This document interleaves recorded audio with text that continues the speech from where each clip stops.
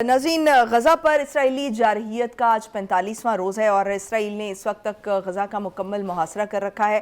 23 لاکھ افراد کو پانی، کھانے اور ایندھن کی فراہمی جو ہے معطل ہے اور مواصلاتی نظام بھی منقطع ہے۔ 50% گھر جو ہیں وہ اس وقت غزہ میں تباہ ہو چکے ہیں۔ بخاری صاحب، بہت سی جنگیں ہم نے دیکھی بھی ہیں، سنی بھی ہیں، پڑھی بھی ہیں، لیکن اس وقت جو غزہ میں ہو رہا ہے اور جن گراؤنڈز پر ہو رہا ہے، ایسا کبھی نہیں دیکھا۔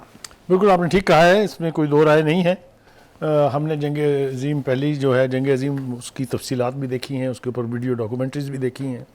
سیکنڈ ورلڈ وار بھی ہم نے دیکھی ہے، ہم نے فلسطین کی جنگ دیکھی، ہم نے افغانستان کی جنگ دیکھی، ہم نے عراق کی جنگ دیکھی، ہم نے یہ سب جنگیں دیکھی۔ یہ اپنی خوفناکی کے اعتبار سے کوئی کم نہیں تھی، اس لیے کہ جوں وقت گزرتا گیا ہتھیار جدید سے جدید اور تباہ کن سے تباہ کن ہوتے گئے، لیکن انسانی بنیادوں کے اوپر جتنی یعنی ریپلشن کہہ لیجیے آپ، یا ڈیگریڈیشن جو ہے وہ اسرائیل نے دکھائی ہے، دنیا میں کبھی ہم نے ایسا نہیں دیکھا ہے۔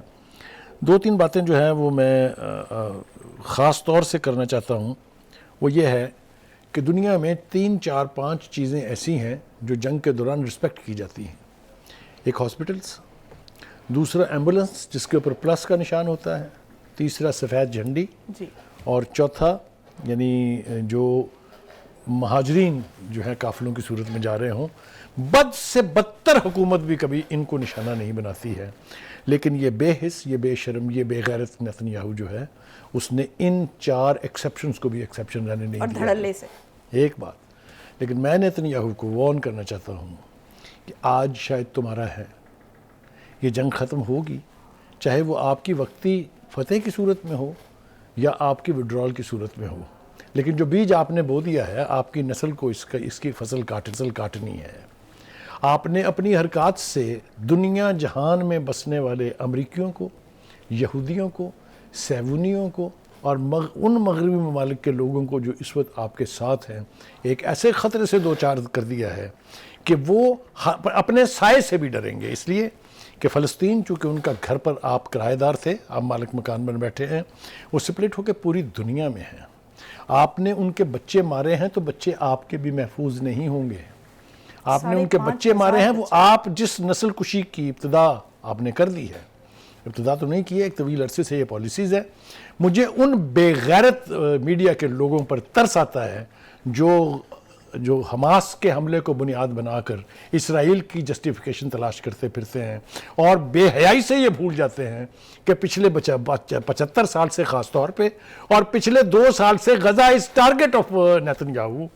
کیسے بھول جاتے ہیں وہ؟ کیسے وہ یہ سمجھتے ہیں that Hamas's attack was a reaction to consistent جو جینوسائیڈ کی پالیسی کے اوپر نیتنیاہو چل رہا تھا؟ کسی کو یاد ہی نہیں ہے، مجال ہے کوئی اس کا ذکر کر جائے۔ سب اسرائیل کی طرح سے اس 7 اکتوبر کے حملے کو جواز بنا لیتے ہیں، او بابا اس سے پہلے کیا وہاں پھول بیجے جا رہے تھے؟ کسی کو ہے اندازہ؟ تو میں ایک بات تو یہ، دوسری بات یہ کہ یہ نسل کشی جینوسائیڈ آپ نے شروع کیا ہے، آپ کی بھی داستان تک نہ ہوگی داستانوں میں۔ نیتنیاہو، آپ پلٹ کے ذرا اپنے گھر کی طرف دیکھیے، آپ کے خلاف آپ کے ملک میں آپ کے اپنے لوگ مظاہرے کر رہے ہیں۔ آپ کرپشن کے چارجز کے اوپر اپنی حکومت کو طول دینے کے لیے جس جنگ کا آغاز کر چکے ہیں، وہ جنگ آپ کا گھر جلائے گی، آپ کا گھر جلے گا۔ وہ میں نے سنایا تھا نا شعر کے، سیاد نے پھونکا تھا انا دل کا نشیمن، سیاد کا جلتا ہوا گھر دیکھ رہا ہوں۔ میں آج بھی اس صورتحال کو اینٹیسپیٹ کر سکتا ہوں جو اسرائیل کے بسنے والے لوگ ساری زندگی بھگتیں گے۔ میں آپ کو بتا رہا ہوں گے کہ یہ پوری قوم ایک طرح سے ایک خوف کا شکار رہے گی۔ چلیے، یہ تو ہو گیا جنگ کے حوالے سے بات۔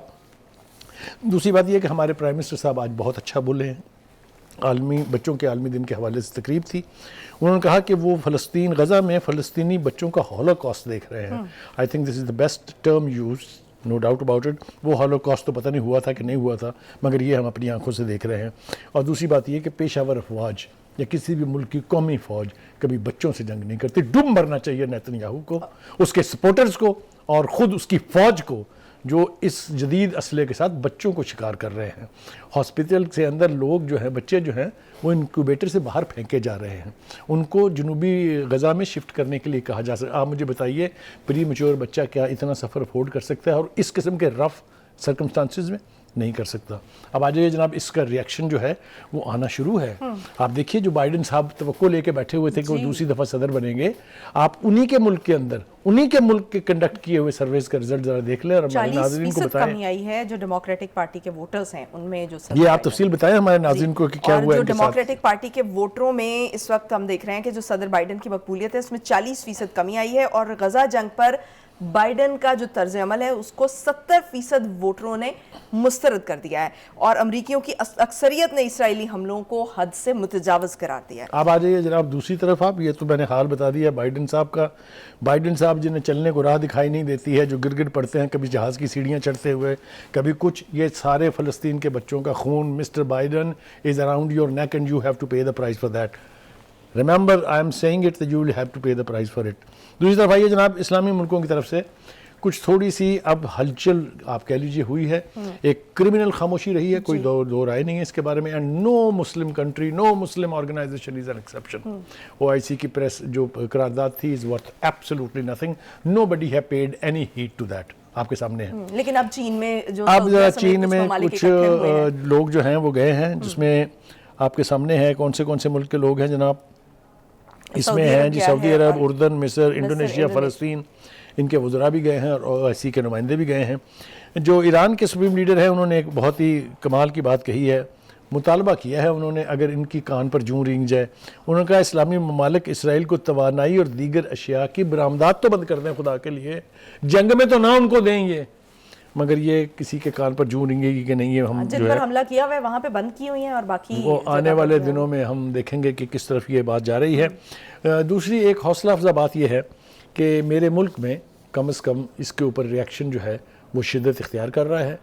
3 کے 4 مارچ کیے ہیں جماعت اسلامی نے, 2 کے 3 جلسے اور مارچ کیے ہیں JUI نے, اور TLP. میں تو کریڈٹ دیے بغیر نہیں رہ سکتا, جو مرضی کر لیجئے اس جماعت کے بارے میں جو کچھ بھی کسی کی فیل ہو, لیکن القدس کے حوالے سے انہوں نے قوت کا مظاہرہ کیا ہے. یہاں تک کہا ہے کہ ہم اپنے عام جتھے بھیجنے کے لیے تیار ہیں, ہمیں راستہ دیں. اب وہ حکومت وقت اس پر کان دھرے گی کہ نہیں دھرے گی وہ بات کی بات ہے, لیکن مجھے اس بات کی خوشی ہے کہ پاکستان میں رد عمل جو ہے وہ سٹرونگ ہوتا جا رہا ہے. اور میرے پاکستان میں نہیں, دنیا بھر میں وہ تو الگ ہے نا, ہم تو اپنے ملک کی بات کر رہے ہیں. دنیا میں تو مغرب نے ثابت کر دیا ہے کہ نہیں, جینوسائیڈ کی اجازت نہیں, بچوں کو شکار آپ نہیں کر سکتے. جس قسم کی آوازیں اٹھ رہی ہیں, آپ نے خود ہی تو بتایا کہ بائیڈن کا حشر اس کے اپنے ملک میں کیا ہوا ہے. تو یہ تو میں نے جیسا کہا کہ آپ کو یہ قیمت چکانی ہے, یہ قیمت آپ کو چکانی پڑے گی. ٹھیک ہو گیا. تو بخاری صاحب یہ جس طرح سے کر کے ابھی آپ دیکھ رہے ہیں کہ اکٹھے ہوئے ہیں ایک پلیٹ فارم پہ, کیا یہاں سے کوئی سالڈ آواز جو ہے وہ طاقت کے ایوانوں تک پہنچے گی اور وہ سنی بھی جائے گی, جس طرح سے ابھی ہم دیکھ رہے ہیں کہ چین میں یہ مسلم ممالک بیٹھے ہیں؟ دیکھیے پہلی بات تو خوشی کی یہ ہے کہ اس پورے ڈیلیگیشن کے اندر سعودی عرب موجود ہے, اس کے انٹیریئر منسٹر کے یا غالباً شاید ڈپٹی فارم منسٹر جو بھی ہیں وہ گئے ہیں.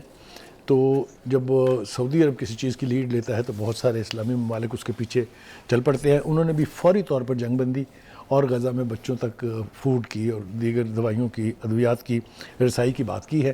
ہم توقع کرتے ہیں کہ یہ بات جو ہے اس کو لے کے تمام اسلامک ممالک ایک کیمپین کریں, اور امداد جتنی جلدی ان تک پہنچے گی اتنا ہی وہاں کے لوگوں کا فائدہ ہے. اس کے اندر مزید تاخیر ول بی کرمنل.